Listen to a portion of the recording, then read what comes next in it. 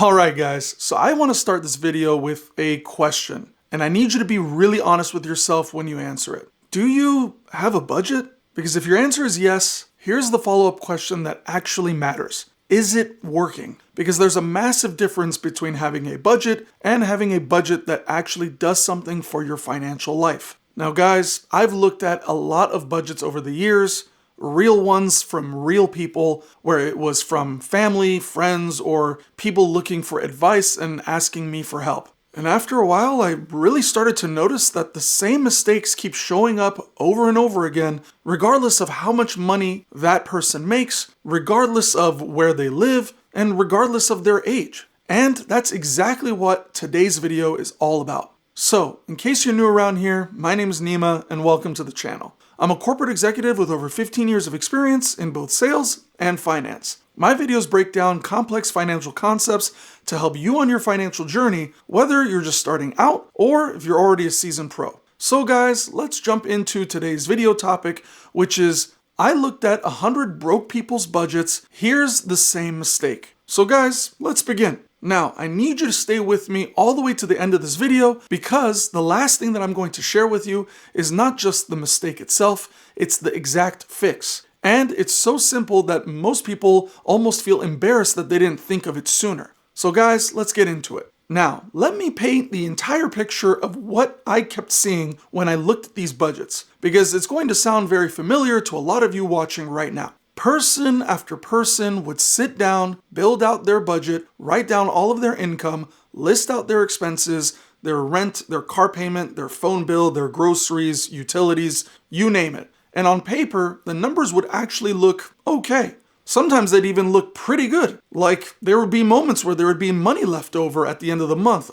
on paper. And sometimes it was $200, sometimes it was $400, sometimes even more than that. But then when I asked them how their savings accounts looked, or how much credit card debt they were carrying, the answer almost never matched what the budget was showing. The budget said that they should be fine. Their bank account said something completely different. And when I dug deeper into why there was such a big gap between what the budget said and what was actually happening, the same pattern kept revealing itself every single time without fail. It wasn't that these people were reckless spenders or irresponsible with their money. No, most of them were genuinely trying. The problem was something much more subtle than that, and honestly, much more fixable once you see it clearly. Right now, guys, in 2026, 86% of Americans say that they have a monthly budget, but 74% of those same people say increasing costs are the biggest challenge that they face when trying to stick to it.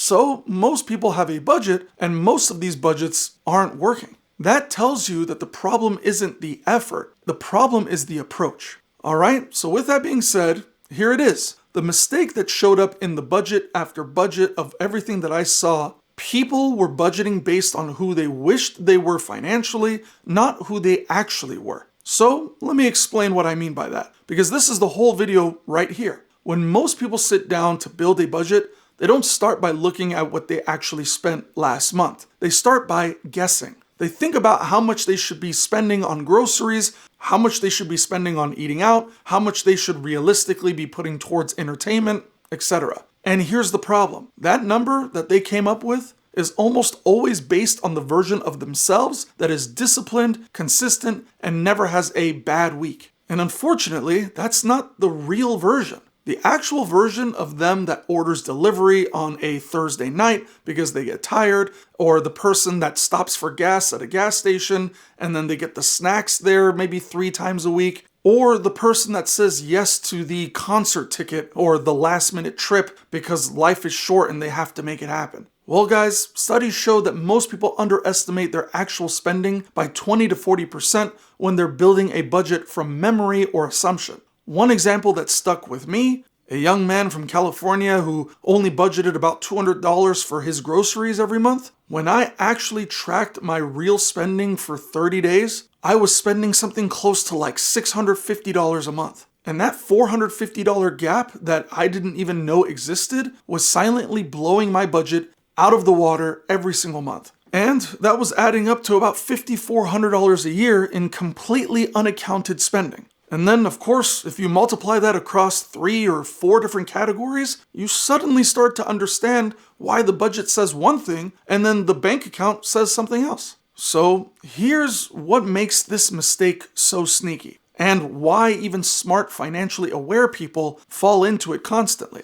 Building a budget based on your best self feels responsible. It feels like you're being disciplined and intentional. It feels like you're taking control, right? So there's almost no emotional signal telling you that you're doing it wrong, because it feels right in the moment. I mean, think about it. Nobody sits down to build a budget and thinks, let me make this completely unrealistic. They genuinely believe that the numbers that they're writing down are actually achievable. But the human brain is really, really bad at accurately recalling spending, especially on small, frequent purchases. The coffee runs, the quick Target stops, the fast food on the way home, the random Amazon orders, none of those feel significant in the moment, and so they get dramatically underestimated when it's time to write down a number in a budget category. And here's what makes it even worse in 2026 specifically. The cost of everything has gone dramatically up compared to what it just was a few years ago. Consumer prices are still about 25 to 26% higher than where they were before the pandemic, which means even people who had a realistic sense of their spending just 2 or 3 years ago are now working with numbers that are outdated and really too low. The grocery budget that was accurate in 2022 is really not accurate today. The gas budget from before the oil price spike of the last few weeks is definitely not accurate today. Your budget needs to reflect the economy that you're actually living in right now, not the one from 2 or 3 years ago, and not the idealized version of your spending habits that has never actually existed. Now guys, before I dive into more of the details of this video as to how I looked at 100 broke people's budgets and I found the same mistake, if you're gaining value from this video so far, I'd really appreciate it if you could smash that like button, leave a comment down below, and subscribe. Your support really helps this channel grow, so please show some love by smashing that like button, commenting down below, and subscribing. Alright, now let's discuss the next segment. So guys, once you understand the root of the mistake, budgeting based on who you wish you were instead of who you actually are, you start to see all the other budget failures that flow directly from it, and they all connect back to that same core problem. The first thing is that you're ignoring irregular expenses, which is something that absolutely destroyed budget after budget of all the ones that I looked at. Most people build their budget around monthly recurring costs, like your rent, your car payment, your phone, etc. And then again, they completely forget about the things that they don't hit every month, but hit hard when they do. Things like annual insurance premiums, car registration, back to school shopping, holiday gifts, medical copays, car maintenance. These expenses are not surprises, they happen every single year. We know they're coming because they don't just show up on a monthly statement, they don't make it into the monthly budget either. And then when they hit, they feel like an emergency even though they absolutely weren't. And guys, the fix for this is very simple. Add up every irregular expense that you expect over the next 12 months, divide that by 12, and then set that money aside every single month into a separate account so that when those bills arrive, the money is already waiting for you. And with all of that being said, let me share a second pattern with you that I kept seeing, and that was subscriptions. And unfortunately, this one tends to keep growing faster and faster year over year. Guys, Americans now spend an average of $219 a month just on subscriptions. And a significant chunk of that is going to services that people barely use or honestly have completely forgotten about. And let me tell you right now, that's $2,600 a year that is quietly leaving your bank account on autopilot. And when I had asked the people that I had helped to name all of their active subscriptions off the top of their head, they'd almost always miss at least 3, 4, or maybe even 5 of them. So keep that in mind the next time that you're making a budget for yourself. Now, the next thing that I'd like to discuss is what a budget that actually works looks like. Because I want you to leave this video with something actionable, not just an understanding of what went wrong. The foundation of a budget that works is reality, meaning the first thing that you do before you write a single number is pull up your last 60 days of actual bank and credit card transactions and categorize every single charge, not just what you think you spent.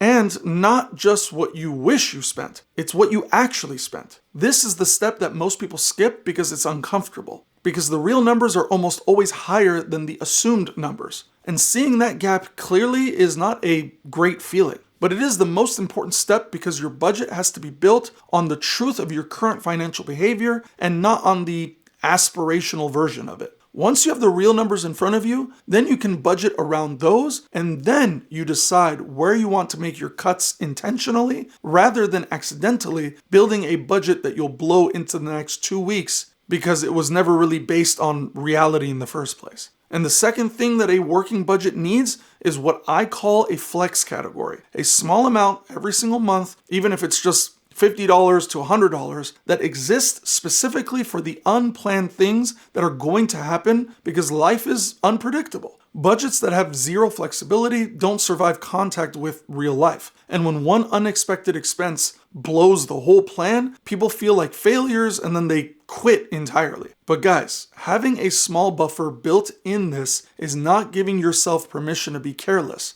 It's giving your budget a fighting chance to survive the month and maybe months after that. Alright guys, so here's the piece that I told you to stay until the end for, and I want you to really sit with this because it is genuinely the simplest, most powerful thing that you can do to fix everything that we talked about today. Now, starting this week, not next week or any other week after that, this week right now, I want you to do what I call a real spending audit. Go get your last 30 days of your bank statements and your credit card statements, and I want you to write down what you actually spent in every single category. Food, transportation, subscriptions, entertainment, everything. And don't judge it, don't edit it, just write down what's actually true. Then I want you to compare the number to whatever you thought you were spending in each category. Because that gap right there, that's the difference between what you assumed and what actually happened. That is your problem that you need to address. And that gap is why your budget isn't working. That gap is why the money keeps running out before the month does. And that gap is what you now have the power to close because you can finally see it clearly. Again, guys, most people underestimate their spending by 20 to 40%.